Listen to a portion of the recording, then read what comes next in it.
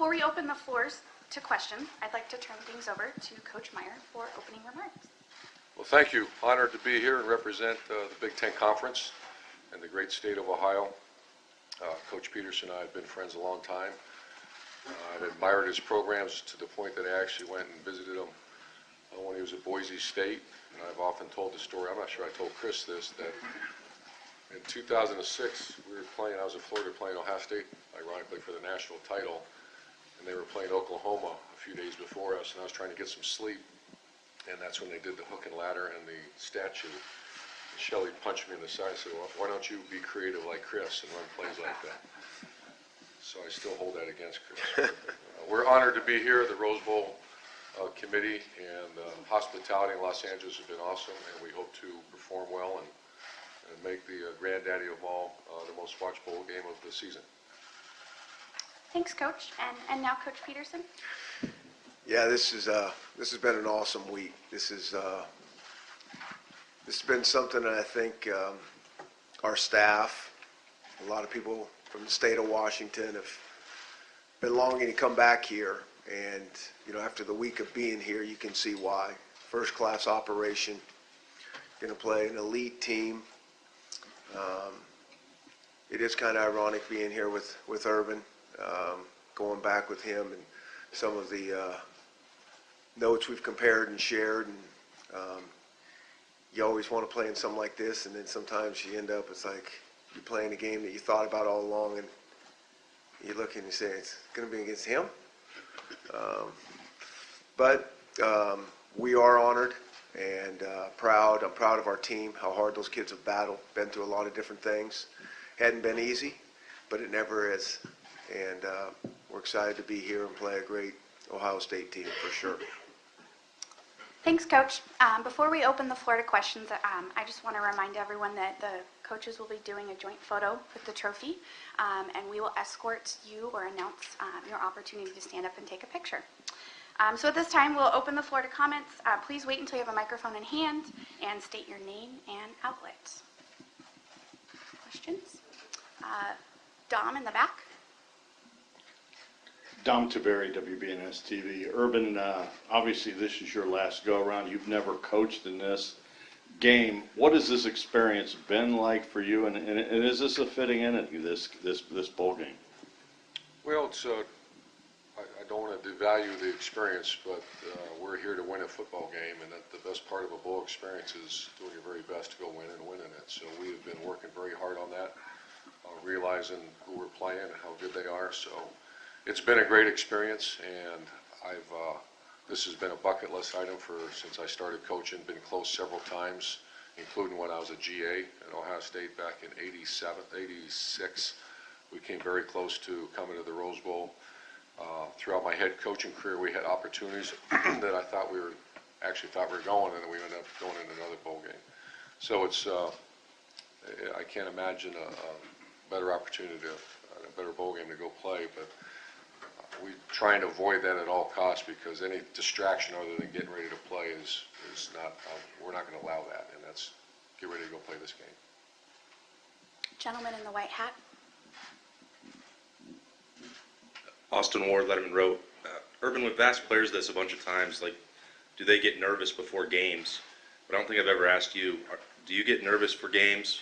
And does tomorrow and what it means make it any different for you? I don't think nervous is a strong enough term before a game. Deathly ill might be more appropriate. Yeah, you get very nervous, and once again, it's not about the coach, it's about the player. We do everything we do, really up to, we call it the 48-hour rule. Everything we do up until game time is to make sure they're not in that. But I don't want to speak for Chris, but we actually have talked about this over the years, and absolutely, what runs through a coach's mind is every scenario that happens. It's not fair to that player to not be prepared when that hits. And some people say, well, they just got to shoot from the hip, and we don't believe in that. We believe in trying to put them in those many positions as you can, so when it does hit, they know how to react. So nervous is probably not a strong enough word. Next question. Pink shirt, third row. Yes, Bill Rabinowitz from the Columbus Dispatch for Urban. You were inside the Rose Bowl yesterday for the first time, I presume, ever. What was that like for you? And I know you've told the story of being kicked out before.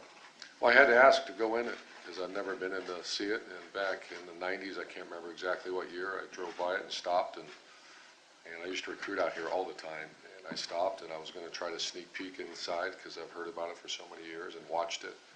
And I was told to leave. And I might add, the guy was really rude too, but it was awesome, and I wasn't able to completely see the mountains, but I'm sure we'll see that. I keep hearing that tomorrow. Next question. Gentleman in the... Ari Wasserman, The Athletic. Urban, I know that this is an important time for your team and for you personally. It's also a pretty big transitional period in terms of the program. How has Ryan Day handled this, and how have you seen people reacting to him? Are people different with him? Is he kind of changing into the head coach persona that you might see? Like, what's this transition been like?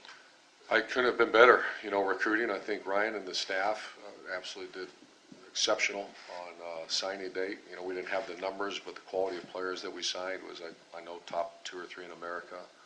I know there were a couple at the end, but we also got a couple at the end. So I thought it's been phenomenal.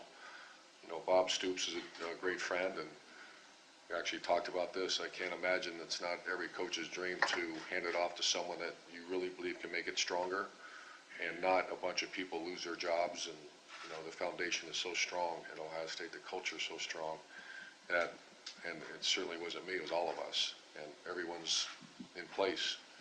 And Ryan's going to do exceptional. He's an elite coach, and I think he's handled the transition. Just ask our players. It's been awesome, and I can't wait to see what he does. Gentleman over there. Yeah, Tim May, Columbus Dispatch. Urban, are you, Ezekiel Elliott, Joey Bosa opted to play. I'm over here. Ezekiel Elliott and Joey Bosa opted to play, obviously, in 2015, the bowl game, even though everybody knew they were leaving. I'm just wondering, with Draymond and Mike Weber opting to play, does your admiration for them grow a little bit? I don't know, for want of another term. I think that's a touchy situation. It's also, the players that leave early for the NFL draft. You'd like to see everybody play, but I've been involved in those conversations, and I certainly understand it. Denzel Ward, he's like a family member. Nick Bosa certainly is a family member. And then you got Draymond, Mike Weber, and others that have made a decision to play. I try to avoid that. I don't want to give my opinion because I don't want someone to say, well, you told us to do this. Same thing with leaving early. If you ask our opinion, then I try to talk to general managers, et cetera, to try to make sure we give them good advice, not opinion. And same thing with playing. I avoid that. And if they ask me, I say, this is a family decision. We'll support you either way. And one other quickie. You seemed to share a moment with J.K. Dobbins yesterday during the team photo. I mean, he seemed to break down maybe a little bit standing next to you. And are you going to miss? Are you going to miss that as much as anything else? And also, like you said, the deathly ill feeling before a game. Don't you kind of get used to that? No, you don't get used to that, but I will miss the players. And the good thing is I think I'm going to still be in position at least to be around the players and hug them up and make sure that, the focus that I've had really the last part of my career is making sure that these guys don't get used by the system, that there's opportunities for them after the game, and that's what I'm going to be able to spend a ton of time on that. All right, a gentleman in the plaid and then a lady in the pink. Urban, Rob Aller, Columbus Dispatch. Over here. You said legacy is important to you to a certain point. Maybe at the top of that list is 7-0 against Michigan. Talking to players about how you handled that. Where did you learn, what's the key to that success, and how did you learn not to overemphasize it or underemphasize it?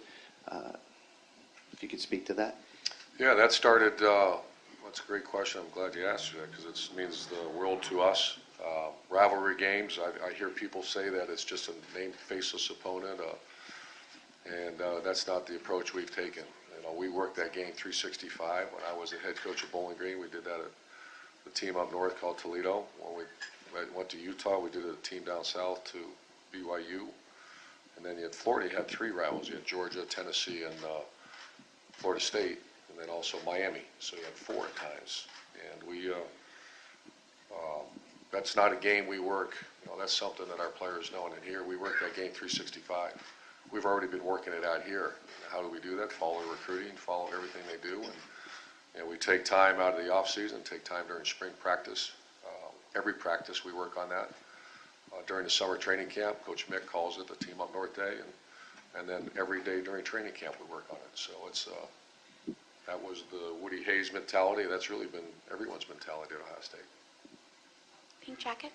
Michelle Ledka, Q13 Fox Seattle. Question for Coach Petersen.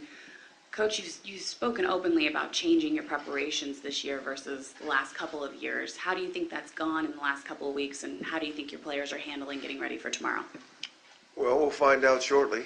I think they practiced really hard, certainly back in Seattle. We kind of just changed maybe the cycle of the practice schedule in terms of when we were going to go hard, when we were going to back off, and so that was a little bit different. But they practiced hard, they practiced well, and they're anxious to play. Gentleman in the white shirt. Yeah, Clay Hall, ABC 6, Columbus to you both. Coach Meyer, you referenced the hook and ladder. Is there a way to prepare for what he might bring? And Coach Pete, do you have a couple of those ready? No. I'll let Chris answer first. I don't want to hear that. No, we don't. No? That's all I got. No, we've worked on quite a bit, on special teams as well. We've been pretty good in kicking game. We just want to make sure that whenever a team has 3 weeks to prepare, and it's an excellent coach and coaching staff and great players, you got to work on it all, and we have, and I've been the thorn in the side of the defensive staff this week. Gentleman in the third row in the dark blue jacket. For Coach Petersen, this is Chris Egan from King 5 TV. Can you just talk a little bit about your senior class and how special they've been to the University of Washington and to football fans in the Northwest? Yeah, they've been awesome. They've certainly helped change our program, the foundation.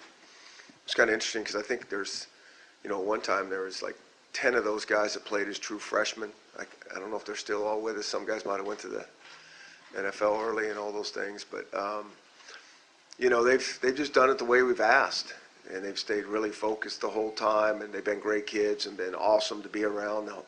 It's really what you'd hope college football would be about, and I think we've, as coaches, gotten as much from those guys' enjoyment as hopefully they've got from us. And even if they haven't enjoyed it the whole time, I think that they'll, reap the benefits of our preaching and harping on them on the things outside of football. Certainly along with the things on football that we've talked about for years now. Gentleman in the fifth row with bright blue. Ray Stein, Columbus Dispatch. Coach Meyer, in the month or so since you announced your intentions to retire, there's been a lot of talk about your legacy, and I know you're preparing for a game and recruiting for the next level. You were doing that for the next seasons. Have you given any thought to how you are going to be perceived as you're done? Do you consider that at all? And if not, how would you like to be remembered, I guess, as Ohio State football coach? Just out of respect for our players and where we're at, I think that's inappropriate for me to even spend time thinking about that, because I've asked our players to shut it down. There's girlfriends, families, uncles, everybody coming out to visit right now, and I've asked them to shut it down. There's been talk forcing people like our quarterback to make decisions about the NFL, and I've asked him to just shut it down until after this game. The question you asked, I'd be untruthful. I said that doesn't matter to me, because of course it does. And I think there'll be an appropriate time to have those conversations. Certainly not the day before or the week of or the 3 weeks prior to the biggest game of this team's year. So it does matter, but at the appropriate time, and that's certainly not now. Gentleman in the third row with the gray sweatshirt. Chris, Dave Softy Mahler, KJR Radio Seattle. How much of a challenge is this week, honestly, what Coach Meyer just talked about with all the friends, family, parents, everyone coming down? How big of a circus honestly, is this week to try and maintain and handle? It's kind of the same, it seems like, every year. The first few days of when you're on site feel pretty good. I mean, I think the guys are excited to be here. There's really not a ton of distractions going on. It's about last night, yesterday, when you really start to feel them, when the majority of the people show up, family, friends, and that can be really, really distracting to the guys. And that's where you get to the point where you're like, we just need to go play this game. Gentlemen in the 6th row in the plaid. Doug Maurice from Cleveland.com. Chris, this is for you, but it's also kind of for Urban as well. You guys are the same age. I think you have the 2 highest active winning percentages in college football. Where you are right now, to get to this point, to be as successful as you both have been and be at these big-time programs, how much of it was luck? How much of it was circumstance? How much of it was hard work, the decisions you make of what you're going to do with your career? I know that's a great big question, but just here you are and you guys have done really well. How did you do it? Chris, if you could start with that. I think it's all those things. I don't think it's any one thing. You know, I think it's obviously starts with a lot of hard work, but there's no question you got to have some luck along the way. You know, we're both at 2 awesome places with tremendous foundations, administrations, people that want to really help you win. I mean, it doesn't matter, you know, how good of a coaching staff you have if you don't have the support underneath you to really help you do what you want to do. And that's the one thing I've learned throughout my career. I mean, you have to have a bunch of people around you that really are trying to, you know, make this thing as successful as you are. You cannot do it with just a bunch of good players or a really good administration and not good enough players. I mean, it has to be the whole thing. And so I think, you know, it's all those things you spoke about. Next question. Mark Wicker, Orange County Register. This is for Chris. Can you analyze the state of the Pac-12 right now? And I know you went to the college football playoff a couple of years ago. Yeah, I don't know. I mean, there's been a lot of talk about all those things, and everybody's just trying to do the best they can and win the games. You know, I think that's the analyzing of where these conferences are. Sometimes is cyclical. And I don't think the coaches think that much about it. They're just trying to do the best they can with the team that's put in front of you and put your best foot forward. Next question. Woman in the back corner. Thank you. Taylor Ashbrook, Buckeye Beat Report. This is kind of for both of you guys. I mean, you both were in the college football playoff just 2 years ago and had a chance to, you know, meet up with each other in that national title game. And not only have you two not been back to the playoff, but the entire conferences for both of you guys have not been back to the playoff. Why do you think that is, and do you think there might be a systemic problem with the playoff that neither of your 2 conferences have been back in the past 2 years? I have strong opinions about all those things. I haven't had the time to really research it, and so I'm very cautious how I say those things. And we and I try to live under the premise that, you know, BCD is blame, complain, and defend, and that's something we permeate through our program, is that don't lose a game then. You know, it's very simple. You want to get to the playoff, don't lose a game. Now, is there other problems on schedule strength? Some teams playing 9 league games, some teams not.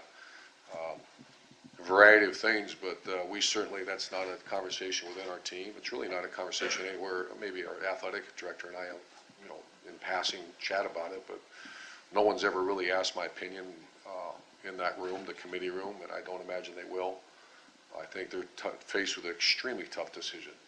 And we've been on the bubble every year, and one time we got in 14, and was it 16 we got in, and then the last 2 years we did not after winning our conference. So they have very strong opinions, but just not educated enough on everything that goes on. You know, I would like them to review again what are the principles to get you in. You know, what is it, that terrible loss, which we've had some bad losses, and that's our fault.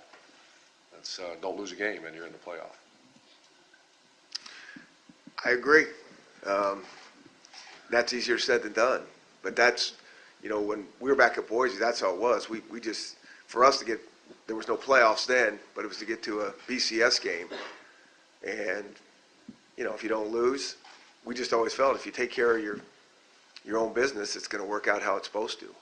And that's kind of even how we said it. It's going to work out how it's supposed to, and it kind of always did. And, it's a little bit harder to win all your games. I mean, it really is. I mean, to have the kids having their A game every Saturday is really hard to do in the competitive environment that we all play in. And, for those teams that can do it, then, they need to go to that playoff.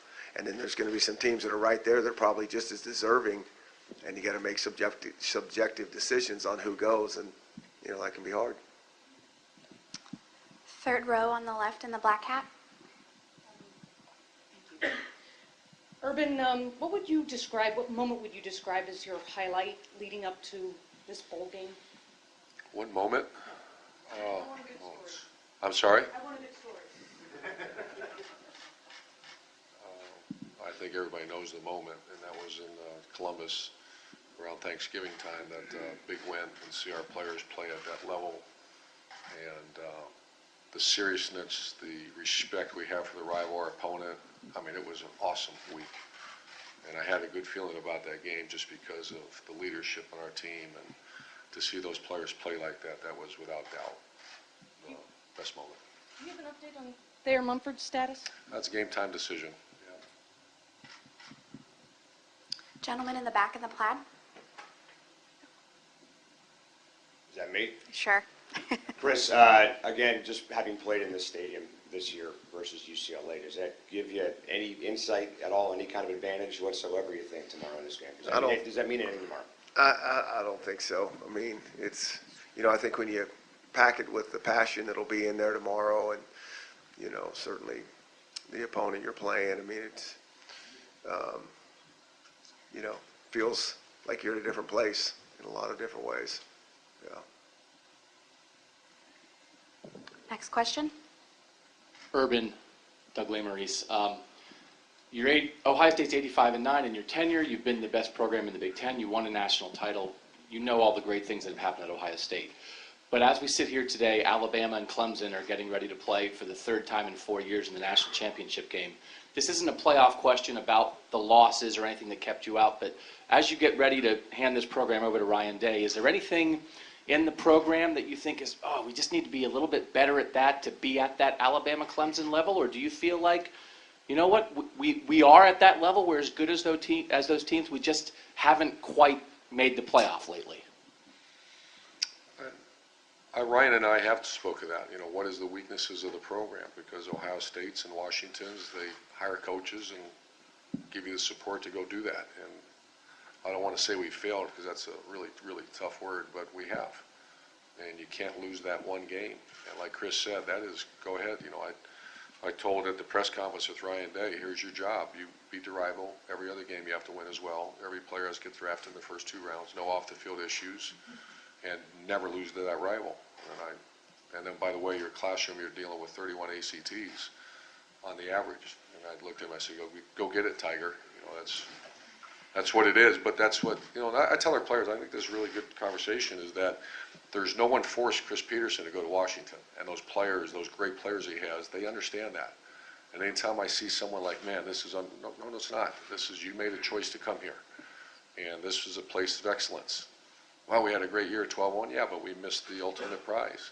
That doesn't mean we make everything so miserable around there. We thank them because they really gave great effort, but we're not embarrassed to say that we are at one of those programs that should be there. Next question in the back corner. All right, Coach Petersen, Lars Hansen from Routes.com.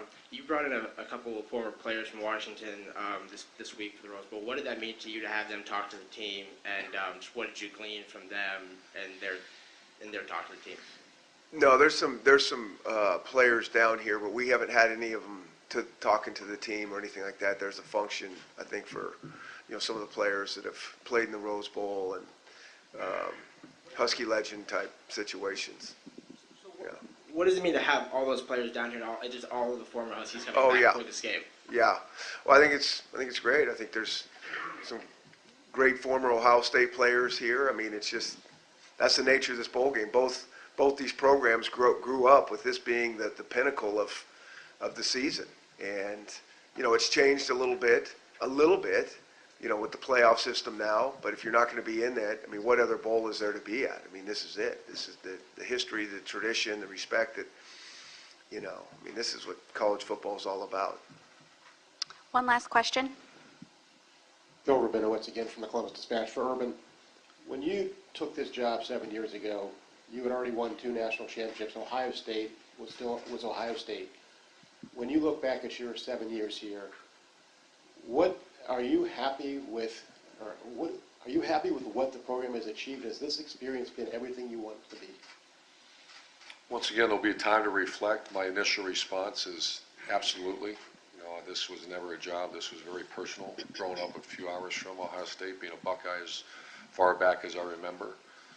I operated every day with a little bit of sense of fear because I never want to let people down, exclude the former great players that I idolized growing up, a state that I love, will always love, and a university that I've been passionate about since the day as far back as I can remember. So it has not been perfect, but to say that we worked, you can't tap us on the shoulder and say, boy, you just need to work a little bit harder, and there has been some great success, but yeah, I'm very pleased.